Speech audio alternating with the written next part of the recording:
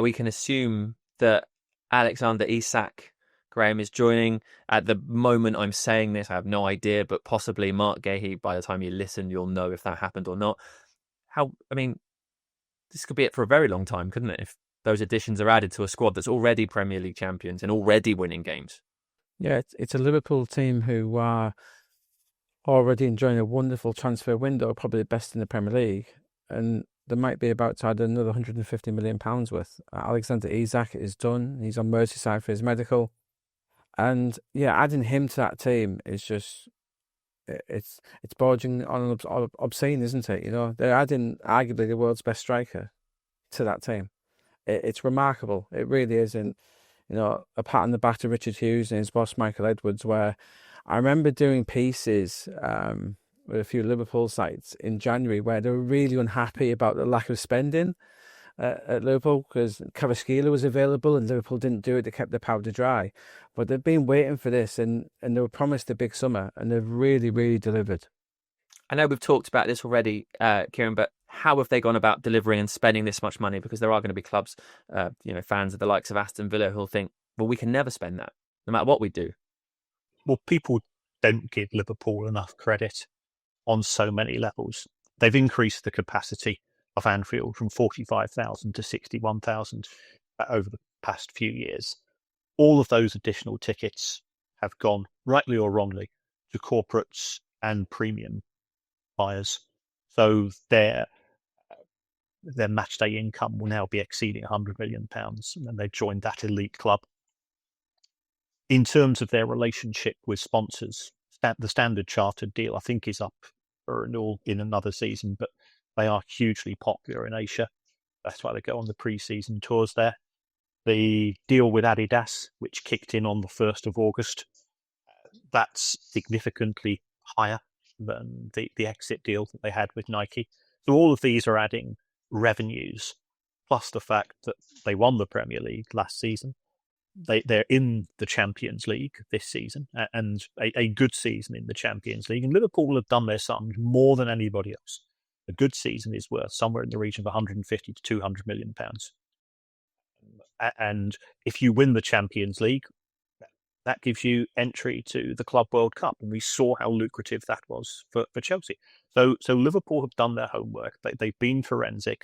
They've taken the view that with Arne Slot coming into the club 12 months ago, they wanted to give him time to bed down with the players and take time in terms of recruiting to players that will work with his style and will complement the existing squad. In Richard Hughes, they've got somebody who is the nerd's nerd, and I mean that as a nerd myself, as a huge compliment. And he knows exactly what he wants in terms of players who will fit in with the culture.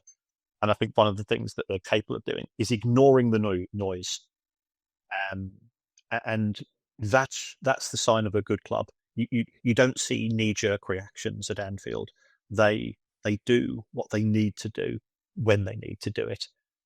And all of the experts on social media are given the short shrift which they deserve.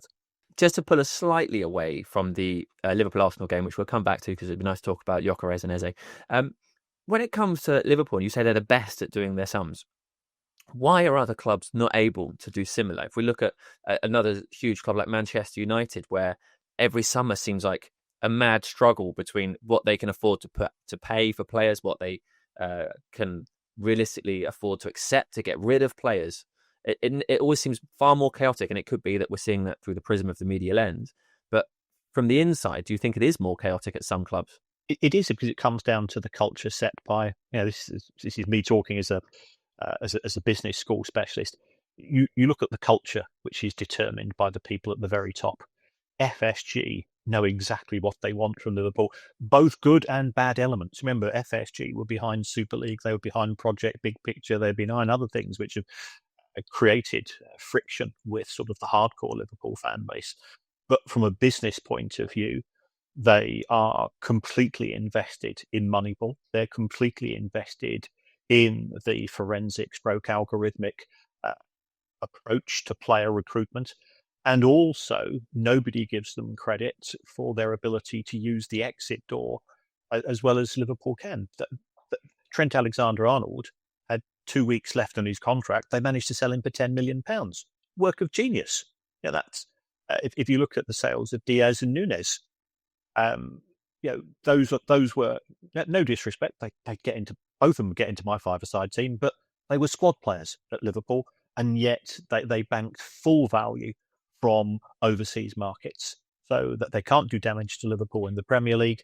And Liverpool have made huge revenues from it. The sale of Quansah, again, former academy player, pure profit goes into the calculations. And this is the type of thing, because all of the focus tends to be on purchases. Liverpool and some other clubs, to be fair, don't get the credit for their sales. Whereas you look at the inability historically of Manchester United to sell players since Sir Alex left, the likes of Paul Pogba coming and leaving on a free. This is Paul Pogba we're talking about. That's an absolutely crazy thing to take place. So it comes down to the quality of management and management decision making at those other clubs. The management culture is very significantly different, and they are often a case of being soap operas with a football club attached. Liverpool is not a soap opera.